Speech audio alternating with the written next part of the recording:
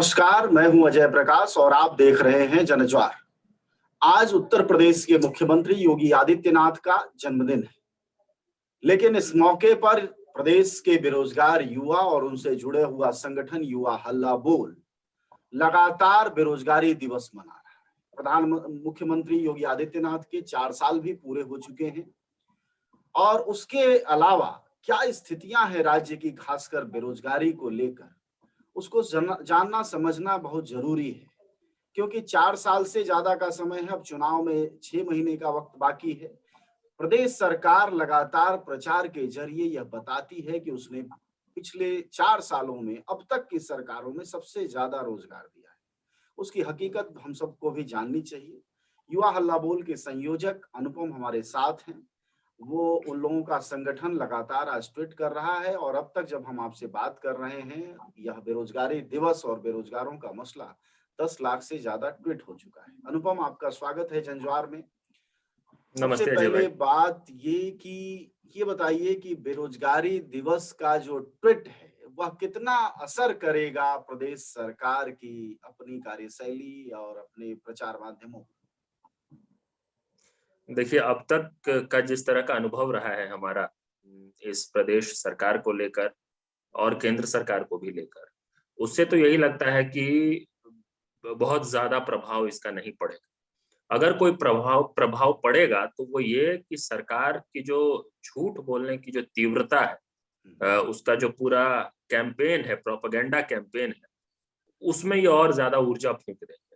तो हर बार हमने यही देखा है कि जब-जब हमने सवाल उठाया है, ये कोई पहली बार नहीं है कि हम लोग रोजगार के सवाल पे मजबूती से कोई बात रख रहे हैं, युवा एकजुट होकर, और ये सिर्फ उत्तर प्रदेश में ही नहीं, देश के कई हिस्सों में और राष्ट्रीय स्तर पे भी करते रहे। लेकिन जब-जब ऐसा होता है, जब-जब बहस छिड़ती है रोजगार के सवाल पे, तो उसका परिणाम यही होता है कि सरकार की तरफ से जो प्रोपेगेंडा होता है, ये आंकड़ों की जो उसमें जो कलाकारी करनी है, उसमें जो तिकड़मबाजी करनी है, जो झूठ का प्रचार-प्रसार करना है, उसकी तीव्रता बढ़ जाती है। तो मुझे लगता है यही होगा इस बार। इस बार भी यही होना है।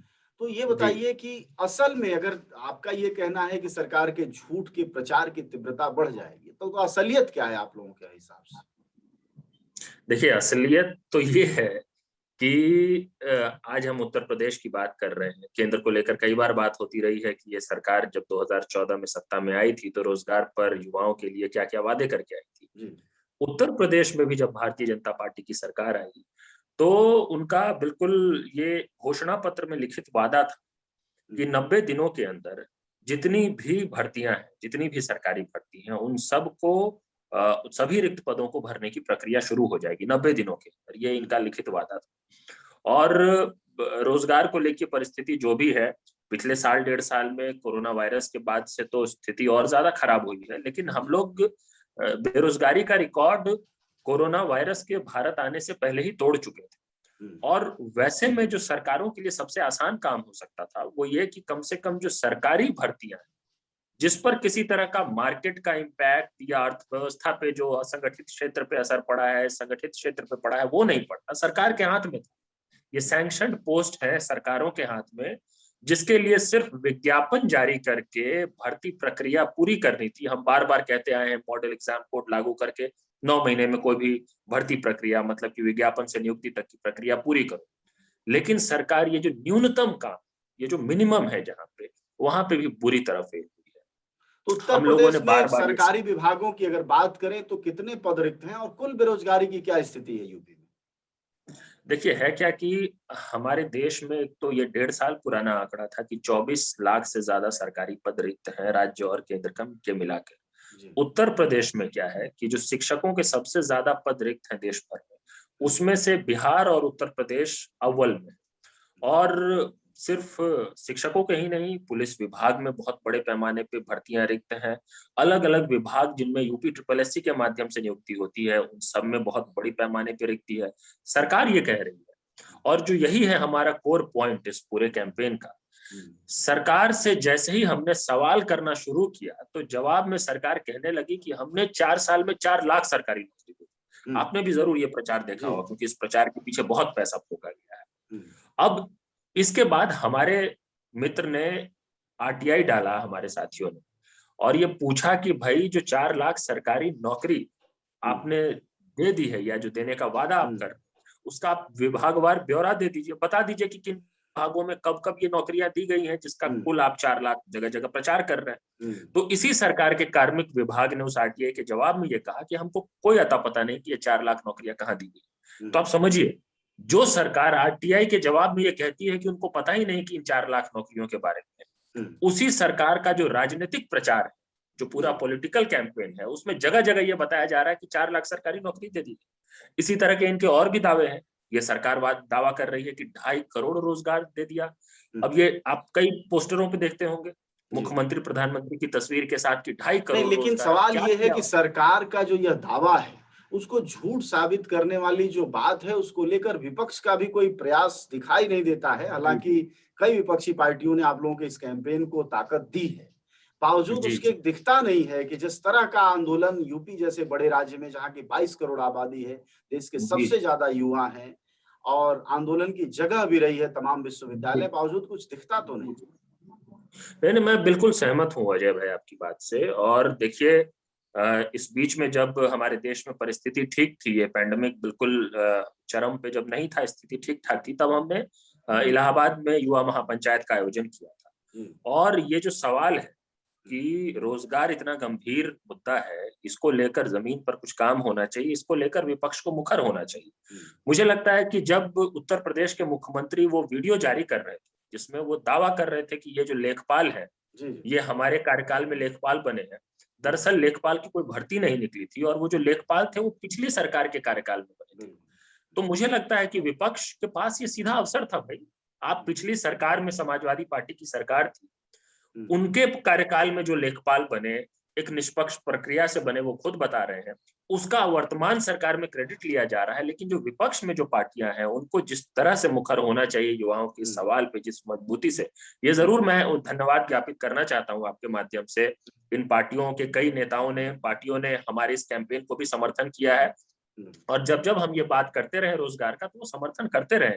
लेकिन फिर भी मुझे लगता है कि ये अपर्याप्त है। भारत की जितनी भी विपक्ष की पार्टियां हैं उन सबको युवाओं के सवाल पे, रोजगार के सवाल पे जिस मजबूती से, जिस ऊर्जा से बात करनी चाहिए, मुखरता से बात करनी चाहिए और जन आंदोलन खड़ा करने की कोशिश करनी चाहिए। उत्तर प्रदेश, बिहार, मध्य प्रदेश, झारखंड जैसे राज्यों में तो बिल्कुल आंदोलन खड़ा हो सकता है इस पे। हम लोगों के पास देखिए उस तरह के संसाधन नहीं है, रिसोर्सेज नहीं है। आप जानते हैं हम लोग तो युवाओं की टोली है जो कुछ राज्यों में हम लोगों ने टीम गठित कर लिया है और काम कर रहे हैं, अपने तरफ से पूरी कोशिश कर रहे हैं सवाल को मजबूती से उठाने का।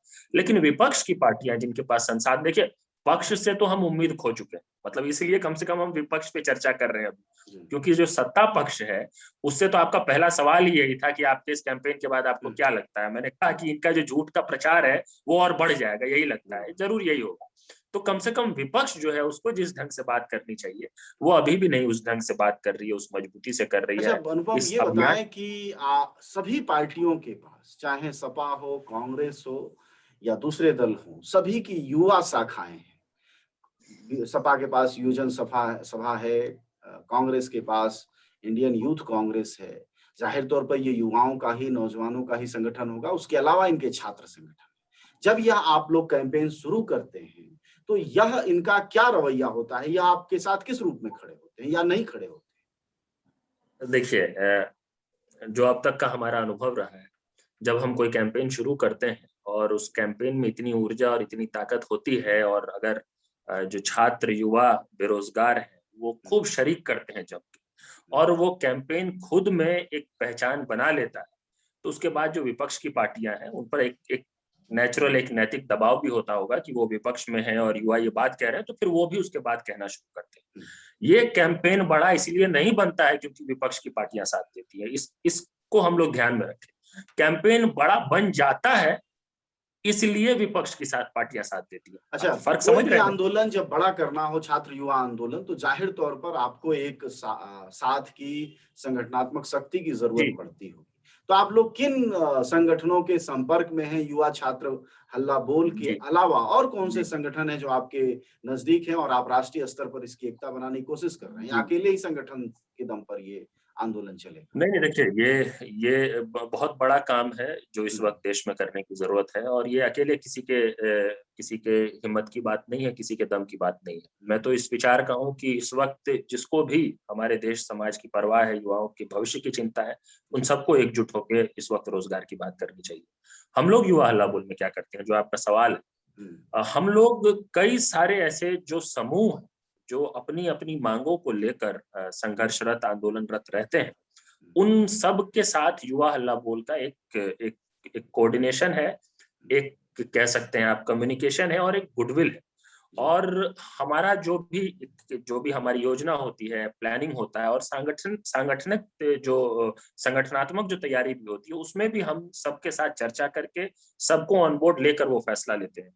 तो एक तो युवा हल्ला बोल की अपनी टीम है, जो मुख्य रूप से 4-5 राज्यों में तो है ही, खास करके जो हिंदी पट्टी के जितने राज्य हैं, आपने बिहार में काम देखा है हमारा, झारखंड में भी थोड़ा बहुत देखा है, और उत्तर प्रदेश में भी देखा है, राजस्थान में भी हमारे साथी काम कर रहे हैं मजबूती से। तो हमारे संगठन तो इन राज्यों में है ही, लेकिन इनके अलावा हमारी कोशिश ये रहती है कि जो सीधे तौर पे जो पीड़ित, जो भुक्तभोगी, जिनकी भर्तियां लटकी हुई है, कोई शिक्षक भर्ती के कारण अटका हुआ है, कोई सिपाही भर्ती के कारण अटका हुआ है, कोई जो बेरोजगार हो गया है आज की परिस्थितियों के कारण, तो उनके साथ हम लोग सीधे डायरेक्ट टच में होकर काम करते हैं। हम सिर्फ कोई अपना पॉलिटिकल ऑर्गेनाइजेशन कैडर के सहारे ये काम नहीं करते, हम उनके सहारे ये काम कर रहे हैं जो सीधे तौर पे बेरोजगारी की जो दंश है, उससे जो पीड़ित जो युवा है, वो सब युवा हल्ला बोल के साथ जुड़े हुए हैं। उनके साथ, उनकी मदद से हम इस बड़े कैंपेन को चलाने की कोशिश कर रहे हैं। और आपने असर देखा, आज ग्लोबल ट्रेंड हो रहा था। मतलब खैर देखिए, अभी परिस्थिति ये है कोरोना के कारण हम सब फिजिकल मोबिलाइजेशन नहीं कर सकते, वो तो इररिस्पॉन्सिबल एक्टिविटी होगी, और हम लोग तो शाह और शहनशाह है नहीं कि हम कोविड के बीच में रैली करें। लेकिन हम जो कर सकते हैं वो ये कि डिजिटल ढंग से प्रोटेस्ट कर सकते हैं, और वो हमने किया। तो आज आपने देखा पर्यावरण दिवस भी था, और पर्यावरण दिवस को ट्विटर खुद प्रमोट करता है, उसके बावजूद वो लगातार हमारा जो यूपी बेरोजगार दिवस है, वो उस पे 10 लाख से ज्यादा ट्वीट हो गए, वो ट्रेंड करता रहा, और इंडिया ही नहीं ग्लोबली ट्रेंड हुआ। मतलब देश विदेश में इस वक्त ये चर्चा हो रही है कि उत्तर प्रदेश में बेरोजगारी की हालत कितनी खराब है। सरकार में अगर थोड़ी भी संवेदनशीलता होती, सरकार में अगर सही में सरकार का जो मतलब होता है एक लोकतांत्रिक ढांचे में, अगर उस मतलब के हिसाब से ये सरकार काम कर रही होती, तो आज शाम उत्तर प्रदेश के मुख्यमंत्री को मीडिया को बुला के रोजगार के सवालों को फेस करना चाहिए था। आइडियल केस ये होना चाहिए था, उनको बताना चाहिए था कि ठीक है भाई, ये गड़बड़ है, ये है, लेकिन हमको पता है कि हम आइडियल केस में जी रहे हैं कि नहीं जी रहे, वो तो आप भी अच्छे से जानते हैं। चलिए, धन्यवाद आपका बातचीत के लिए। अब देखना ये होगा कि शाम को मुख्यमंत्री अपने जन्मदिन का केक काटते हैं या आप लोगों के पक्ष में बुलाकर कोई बात कहते हैं। लेकिन ये अच्छी बात है कि युवा हल्ला बोल और उससे जुड़ी हुई टीम लगातार इन सवालों को उठाती है, और कम से कम रोजगार का सवाल, मतलब बेकारी का मुद्दा भी राष्ट्रीय प्रश्न है, युवाओं के बीच प्रश्न है, ये इस पहलकदमी से पता चलता है। धन्यवाद आपका।